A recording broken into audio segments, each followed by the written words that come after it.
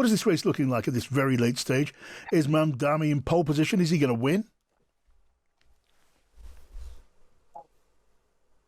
It still looks like he's going to win. There's been a little bit of tightening in some polls. There have been suggestions that suppose Curtis Sliwa, the Republican candidate, dropped out, that then it would be much closer and that Andrew Cuomo would either be just ahead or about 4 points behind. But at the moment, Curtis Sliwa is a pretty stubborn New York character, doesn't show any signs of dropping out. And so he's taking a good 15-20% of the Republican vote. And Mamdani's well ahead with nearly half the rest. Right. Now, clearly, President Trump hates the idea of Zoran Mamdani becoming the mayor of New York. I mean, he's spoken, he's pretty openly speaking, isn't he, of depriving New York of federal funds if that's what happens. He is, yes. He said that if New York was run by a communist, as he puts it, sending them any money at all would be a waste. And so he will look to cut federal funding for New York City. Mamdani's argument has been sort of all along that Trump is already cutting, he's clawing back funds for sort of infrastructure projects from New York City. And so he's already doing what he's threatening to do with Mamdani as mayor. So that's sort of been his response so far. Right. And if we're looking at the sort of vitriolic response or preparations at the White House, I see there's a Republican in Congress who even spoke about deporting Mamdani, questioning his right to American citizenship, and which in itself you might not consider much of a big deal. But the president's spokesperson, she seems to be taking this seriously. Maybe it should be investigated, or is that just part of the back and forth that happens in politics in America now? I mean, I don't know. It's a little bit of it does slightly remind you of Barack Obama and the birtherism stuff. Mamdani was born in Uganda and lived there until he was 5. He came to New York City when he was sort of 6 or 7 after a spell in South Africa. And I was surprised actually, I think he only got his citizenship in the late sort of 2010s. So he's not been that long an American citizen. So you can sort of see what they're driving at when they're trying to sort of suggest that maybe he got his citizenship somehow under false pretenses. I think it doesn't look great really for the Republicans to be doing this, but there is a couple of congressmen who have sort of said, yes, this is something we're going to look at and try and use against him. And just if you can, in just a few seconds, thanks for joining us. Well, the result of this New York election is going to be interesting for the debate about the way that the Democrats go in future. Absolutely, yes. I mean, the Democrat leadership in Congress has been terribly worried about Mamdani, worried, in other words, that they'll be somehow tied to a socialist, a sort of someone on the far left as they see it. And what if he fails in New York City? Does that then become something that sort of tarnishes their whole brand? Of course, supporters of Mamdani say that the centrists have got everything wrong. That's why the Democrat Party lost the last presidential election, because they're always just about trying not to lose rather than offering anybody anything that might help them win. So, Bradley, you are then a venture capitalist in New York City. Do you consider that the man you're backing, Zoran Mamdani, is, as President Trump keeps saying, a communist? No, and if you just establish a little credibility, I am a venture capitalist, but came out of politics, and I was Mike Bloomberg's campaign manager when he ran for mayor of New York and worked for him at City Hall. So I know a little bit about this stuff.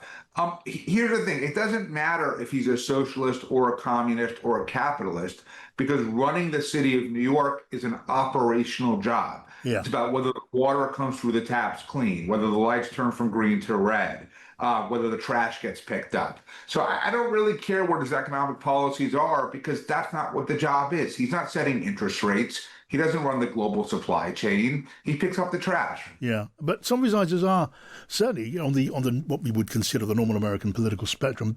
It is pretty radical stuff, isn't it? Yeah. When you look at ideas like free transport in the city, like universal childcare, when you look at city-run grocery stores, and that's not out of the normal run of American politics. No, some of them certainly are not, and they're not necessarily bad ideas either. I think the real challenge is going to be he's walking into office with a budget deficit of probably at least $5 billion. And the Albany, which is the state government, which would have to approve a tax increase, is unlikely to do it. So before he spends $3 billion on childcare or $1 billion on buses or anything else, he's first got to get the deficit back down to zero. Yes. And that's a job for anyone, whether you're a socialist or a capitalist.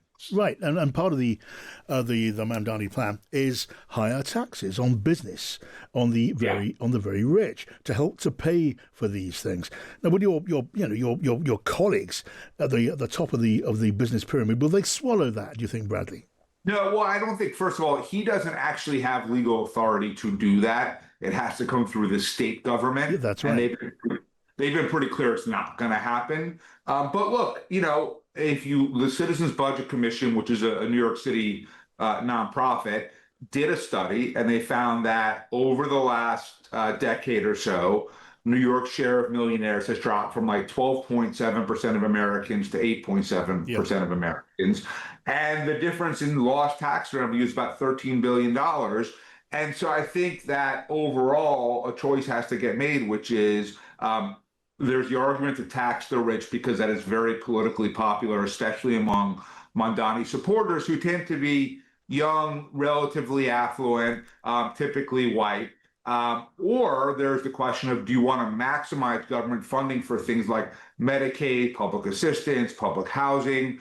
And if that's your choice, then forcing people to or driving people into leaving New York and not paying any taxes at all may not be the right call. So this really gets into the bigger question for him, which is he's been a legislator. That's a fairly easy job. Now you have maybe the hardest job in all of American politics except president. Yeah. You have to make real decisions every day. Yeah. Is he going to make them dogmatically or pragmatically? I am under the view that he will make them pragmatically and therefore be just fine. If you oppose him, you believe that everything will be ideological and dogmatic. Right. So, from what you're saying, you anticipate that if he's elected mayor, that Mayor Mamdani will not be able to fund some of his promises. Is that a fair conclusion? That probably not in the first year or two, for sure, based on what the tax receipts and things like that look like. Yeah. Perhaps if there's a big boom in the economy and revenue comes in, he could. And there's also, by the way, other ways to achieve his goal. So, for example, in New York City, we don't prosecute fare evasion at all. So if someone gets on the subway or the bus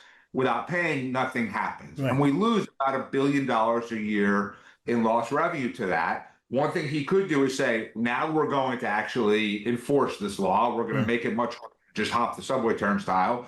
And we'll use those savings, the new revenue, to fund free buses. So there are other ways to go about his agenda that I don't think even requires an economic boom. Yeah. Maybe the city doesn't own a grocery store, but could you partner with a grocery store chain and use tax credits and city land or stuff like that to make it work? Of course you can. So, if he's creative, I think he can get a lot of this done anyway. Okay, so last question. So between, the governor of New York State and what you describe as Mamdani's political pragmatism, he's going to be a lot less radical than a lot of people imagine, and you're okay with that? Yeah, I mean, I love New York City. I was born here. I live here. I raised my kids here. I own my companies here. I want the city to do well, and that doesn't matter who the mayor is. If they're the mayor, I want them to succeed, and I'm going to do everything I can to help them succeed. And I understand that a lot of people in the business community and centrist community disagree with me, and that's fine. They have every right to.